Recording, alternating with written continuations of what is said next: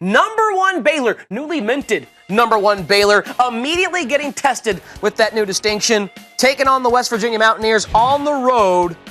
Scott Drew and his team stung by Huggy Bear and his press. In the first half, Jevon Carter, one of the best in the Big 12, buries a 3 from the top of the key. West Virginia up 6-2 early. Later, Carter going to go coast to coast, knifing through the Baylor defense and finishing strong at the rim. In the second half, Mountaineers up 50-39.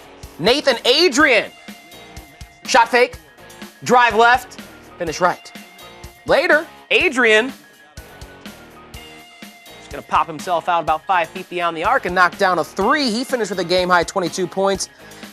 In the second half, still, pressed Virginia, frustrating Baylor big time. Carter steals the inbound pass, and Tariq Phillips puts it in. Later, Carter going to poke the ball away and takes it the other way for an easy bucket. 29 turnovers for Baylor. West Virginia easily topples the Bears, 89-68. 17-7 and 5 steals for Jevon Carter.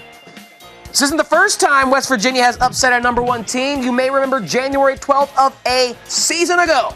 Almost a year ago to this day, West Virginia took down number 1 Kansas at home by forcing 22 Jayhawk turnovers. So the recipe that Bob Huggins has for top-notch competition, especially on his home floor, seems to be working. Yet again, they take down a number 1 Big 12 conference foe by dominating with that press and forcing mistakes. Well, you saw they were favorite in this game, right? They're playing the number 1 team in the country. This is not an upset. This is not an upset. But defense is all about effort and energy. And when you're playing the best team in the country, the crowd's electric, guys are fired up. And I've seen this before. You do superhuman things. You put out superhuman efforts out there where guys are flying all over the floor. You take chances. Everything seems to work out because the crowd is so involved. This happens a lot at homecoming. It happens a lot on senior night. But when you're playing the number 1 team in the country, it also happens.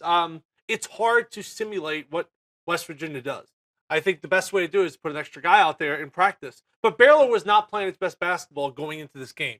Let's not forget, struggled to beat Iowa State at home. Struggled to beat Oklahoma State at home. Like, those games were very close, very competitive games. But the fact that that program can get to number 1 in the country, they will put on every damn brochure, everything they sent to a recruit in the country. Hey, you want to come to a school that was ranked number 1? Now, they'll leave out in parentheses for 24 hours, because that's all they're ranked number 1 for, 24 hours. But they could sell to their recruits that you can come here and be a part of a program that's going places. Now, you used to be a Big 12 guy. Yep.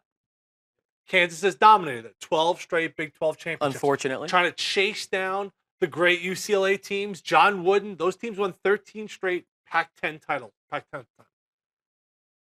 Kansas win the conference again. Yeah, I do actually think West Virginia is their biggest competition in the conference.